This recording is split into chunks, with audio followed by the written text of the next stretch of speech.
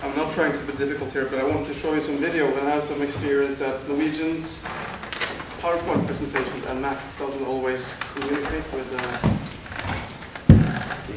projectors, but they seem to work. So, as Lars told you, we presented the third and last test case in the DESSI development phase.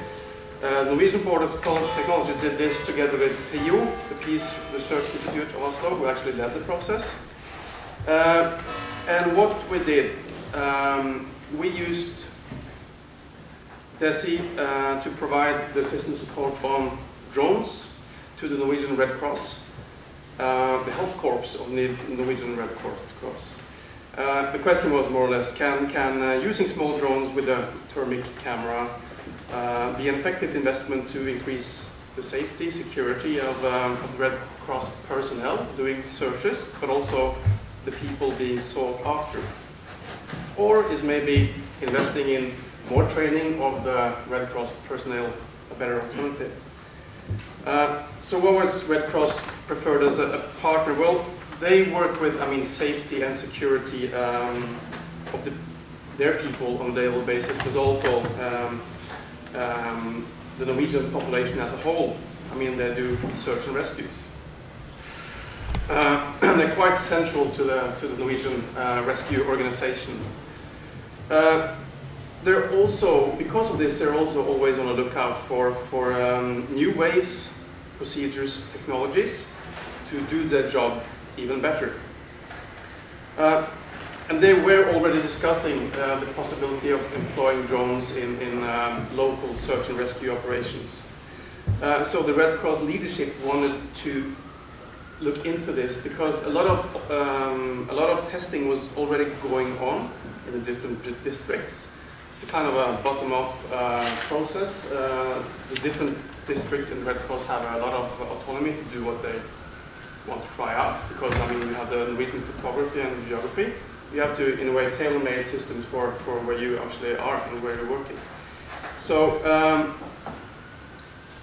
but also that we had also another idea. Civilian use of drones is kind of a topic already, but it's also mostly discussed as an opportunity today.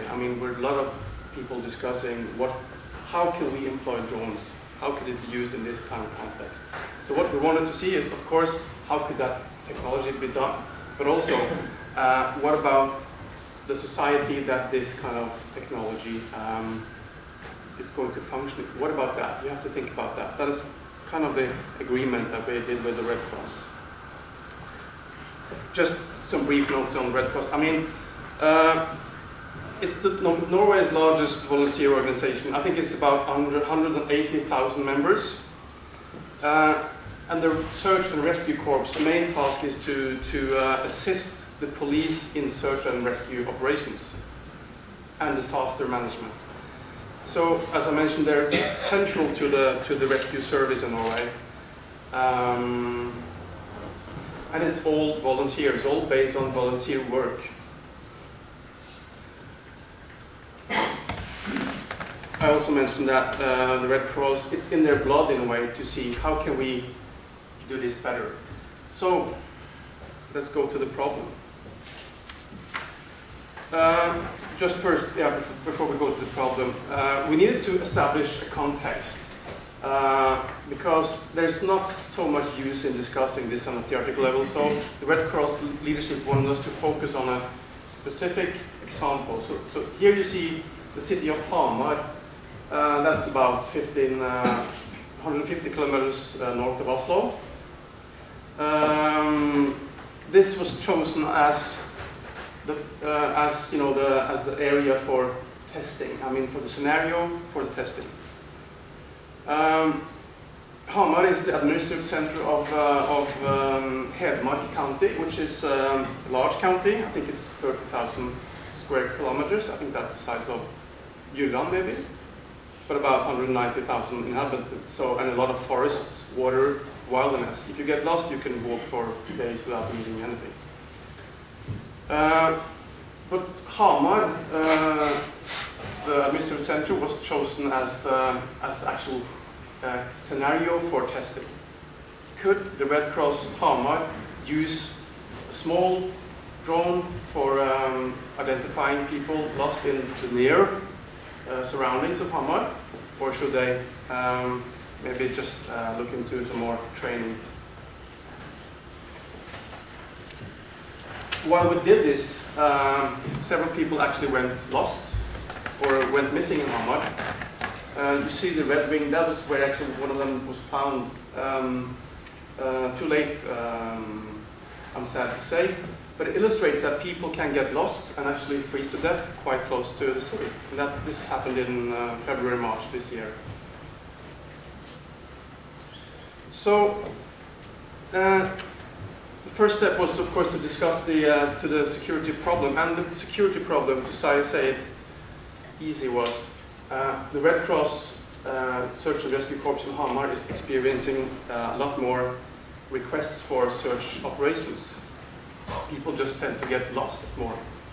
I'm not going into the detail of this, but we had the first security problem description phase where we went into a lot of discussion also with the external expert on this. And some of the problems actually has to do with technology. People feel safer and then they get lost.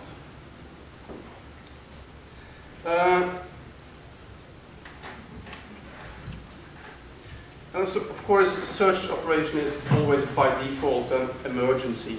So, by asking how could the Red Cross in Hamar do their find missing persons faster, that would in a way ensure or address the security of the actually personnel, because often you do searches in rough terrains, bad weather. It's not always, it could be dangerous as well to be a searcher. And of course, of the actual person being sought after.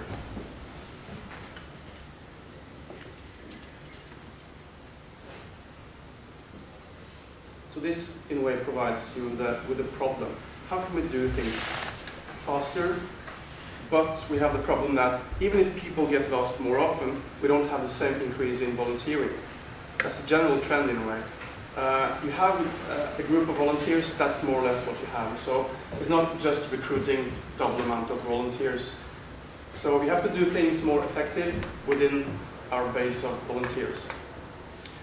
So after deciding security problem, as you know, DESSI method requires some thinking in alternatives. So in our case, of course, we had the security problem, how to increase search and rescue capacity with today's personnel.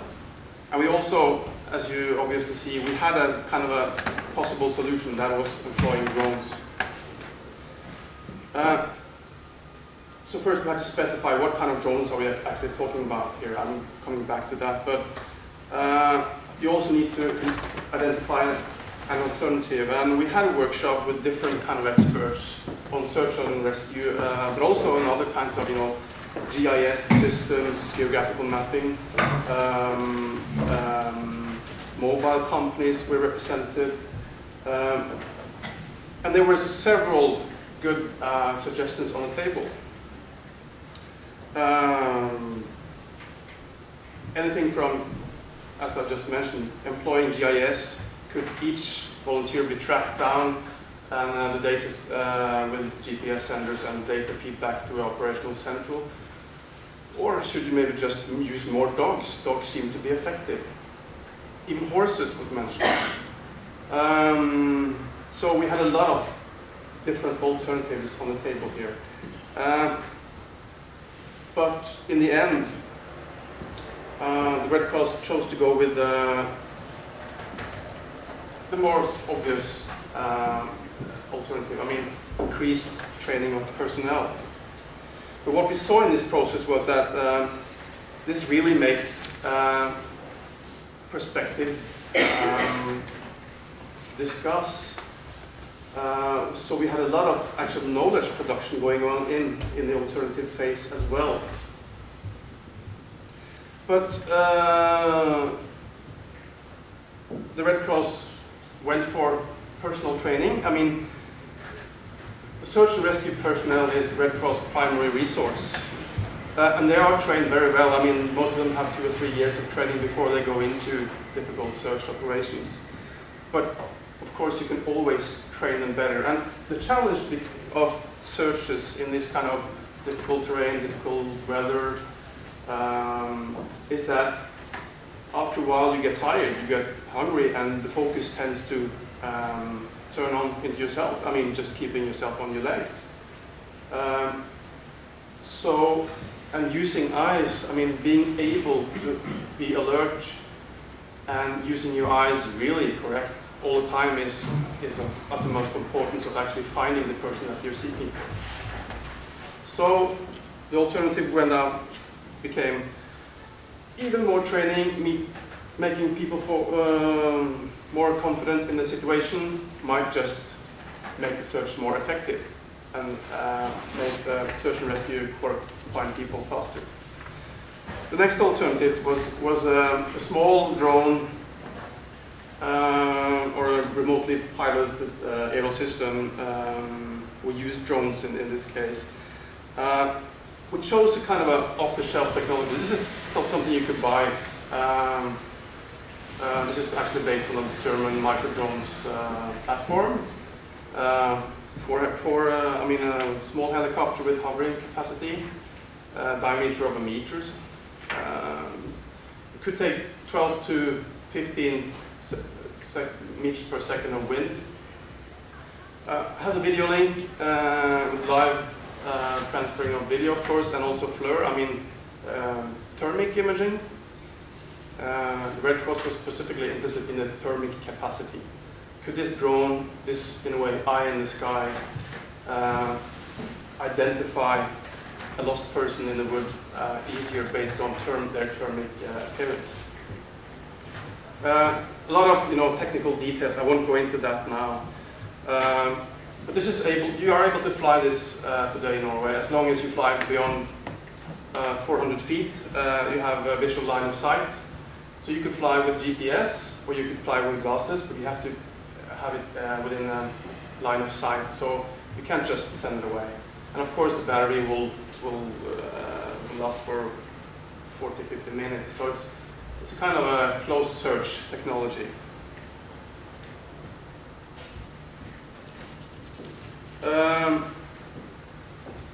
This is in a way, the capacity that the Red Cross was particularly interested in. This is an infrared camera, quite cheap, quite off the shelf. 100,000 Norwegian kroner drone. That's about, it's not that much. And it's actually identifying something. It's not missing person, it's moose. This is up from the north of Norway, in Tromsø. But this illustrates that the technology is already there, and a lot of people in the different local Red Cross corps are trying it out. Just for illustration.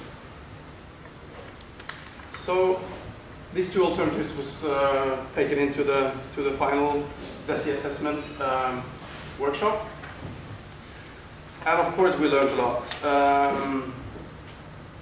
We had like 30 representatives from governmental departments, academic institutions, operational rescue organizations, private sector.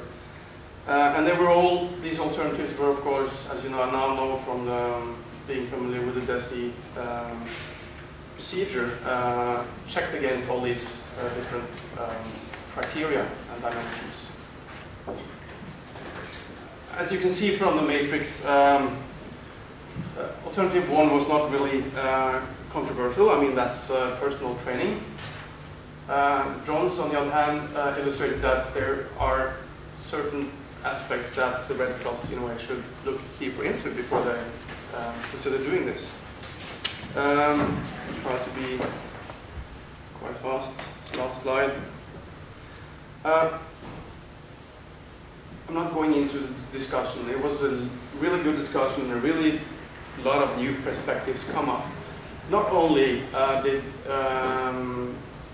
the tool facilitate, answering the specific criteria that the groups were given, but a lot of new stuff also came up. And that was kind of the beauty of this kind of a multi-perspective meeting. The